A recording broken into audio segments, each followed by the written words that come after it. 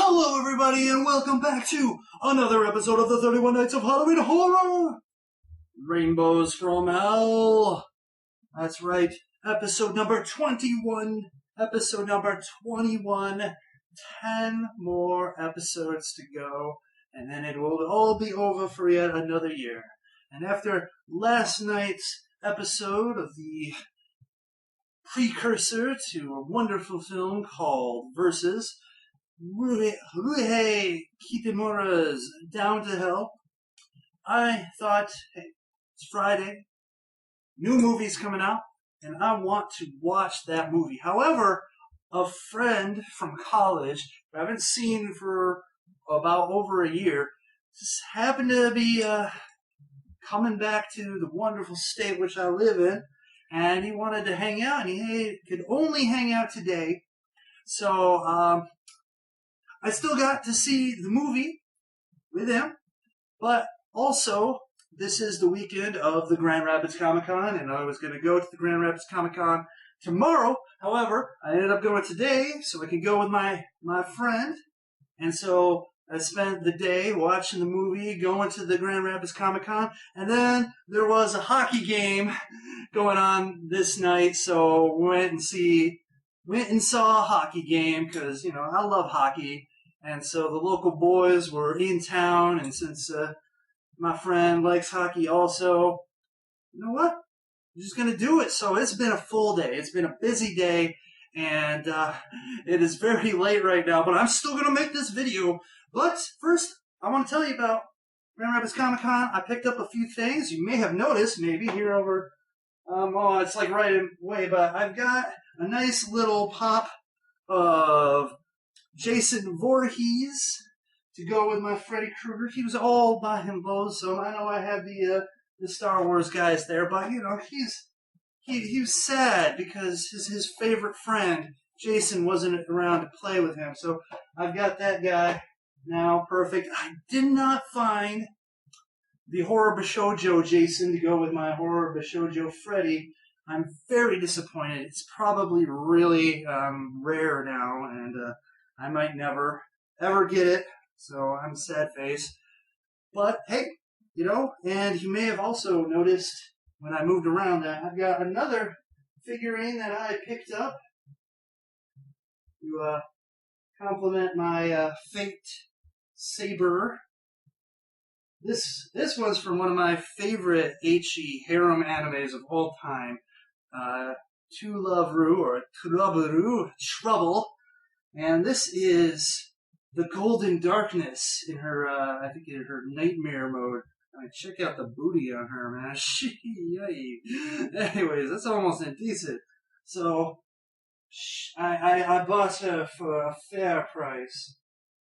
And I'm probably gonna put her next to Saber there. Kind of contrast, because, you know, Saber's got the wonderful white wedding dress, and, she's got the black, you know, they're both blonde. I mean, the golden blonde versus just kind of like the, I don't know, do you call that a strawberry? I don't know. Anyways, I don't know those hair terms.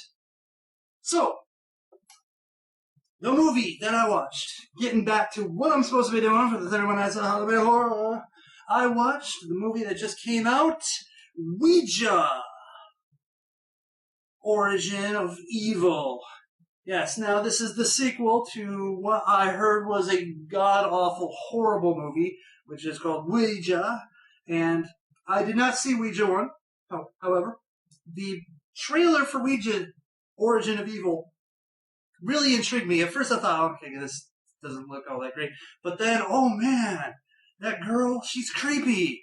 And it looked really, really nice. And I've got to say, the movie was very good. They really wanted to kind of hammer home that this was kind of an older throwback type of movie in certain ways. It takes place in the 60s, so you had at the beginning the old Universal logo going on before the movie. You had it when the title shows up. It was the old almost how you would say old horror movie titles where it just shows the title and it gives you like, you know, the year it was made. Had a nice little like border around it, so it was kind of cool. You could see every so often cigarette burns in the quarter. I think it's actually this quarter. It would be it uh, in the movie to kind of give you that old time movie feel. I mean, honestly, it's been forever since I've seen cigarette burns. My only complaint about that is it seems like they did it a little too often to try to like go, hey, we're being clever here. Notice it. Notice me, senpai. Notice me being clever. I noticed. I noticed. I noticed. Anyways. So, what is Ouija Origin of Evil about? Well, it's about this widow and her two daughters. They are kind of scraping by, doing fortune telling and making fake seances where the daughters would do things like blowing out candles and moving curtains, and the mother would be shaking the tables. And they feel like they're doing a service because they're kind of easing people's minds after they lose a loved one, telling them that they're proud of you, they're in a happy place, you're doing all right. However, it's really not paying the bills, and the two girls go to Catholic school, and all of a sudden, one of the older daughter, she sneaks out of the house, goes to a little private party, and they experimented with the Ouija board. And of course, she gets busted, and on the ride home, her mom, very upset with her, says, the daughter says, "Hey, we should try using the Ouija board in our act. It seems to be really cool." And so the mother decides to get a Ouija board. Now, there's like rules to this Ouija board. A, never play it alone, which of course they break. Two, never or always say goodbye, which I don't think I've ever seen anyone say goodbye in this damn movie. And three, never play in a graveyard. Well, in fact, I think they pretty much break all those fucking rules. So that's kind of like what happens in horror movies. That when you got rules, remember, kids, always follow the rules, or you end up dead. We don't want to end up dead. That's bad. You get a bunch of ouches and moves. Okay, I said I was never going to do that again, but anyways, channeling that. So of course, messing around with the spiritual lets a entity called Marcus in to manipulate the youngest daughter, and of course she eventually becomes possessed, and a lot of horror ensues. So let's get to those scores. Violence and gore, 1 out of 5. This is a PG-13 movie. There's not a lot of violence. There's not a lot of blood. 1 out of 5. Disappointing, yes. Shock value, the strongest part of this movie, 4 out of 5. There are a lot of shocks. Now, I heard someone said in one of their, when they were talking about this movie, that there wasn't a lot of jump scares. No, there's a lot of jump scares in this movie. There's a lot of silence, and then they loud noise, things in your face, and they're very effective. There's also some truly creepy moments where like a character would be doing something, and like right over her shoulder, someone who was normal at one point would be all like, and that was just kind of unnerving. So kudos to this movie. They really did create some good tension and some solid shocks. So 4 out of 5. Acting, I'm also giving it a 4 out of 5. Everyone's performance in this movie was wonderful.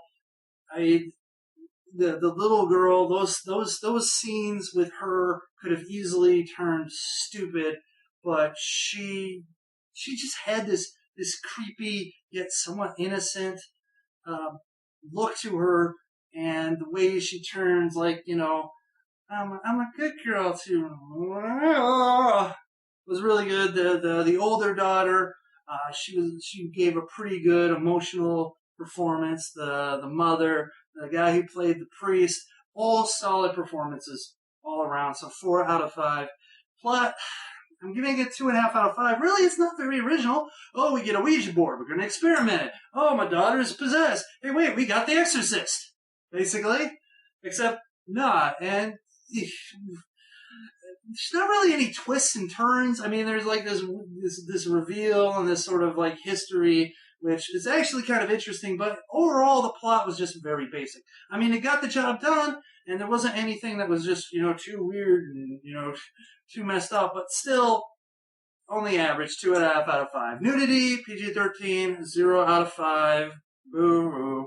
Anyways, enjoyment factor, I'm going to give this one a solid 3.5 out of 5. I wish there was a bit more mayhem. I wish there was a bit more violence and a little bit more gore. But overall, a very solid movie and very entertaining. 3.5 out of 5.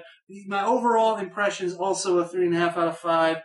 It's got great elements. It tried to hit you over the head with the nostalgia, old look a little bit. There was some CGI that was, and also I do want a little bit more mayhem, a little bit more bloodlust, but still solid 3.5 out of 5, and that averages out to 2.6 out of 5. There you have it, Ouija Origin of Evil. Definitely, most likely, there's a phrase. Most likely, way better than the original. But then when you're like, if the original is horrible, you're not really saying much. But, very solid movie. I'm glad I watched it. And, one that's out in theaters, so you guys can go out and check it out. And, tell me what you think. Did you watch Ouija Origin of Evil? Leave a comment in the comment section. If you have any comments about the stuff I got from Comic-Con, go ahead. You talk about hockey, I don't care, whatever. Leave a comment. Give me a thumbs up. All that stuff. And, oh my gosh. It's been a busy freaking day. And I will see you guys tomorrow, night 4, episode 22. Until then, everyone,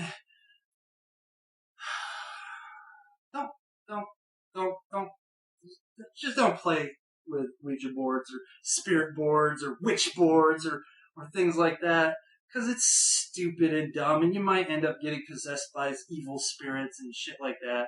So, yeah. Stay scary, internet.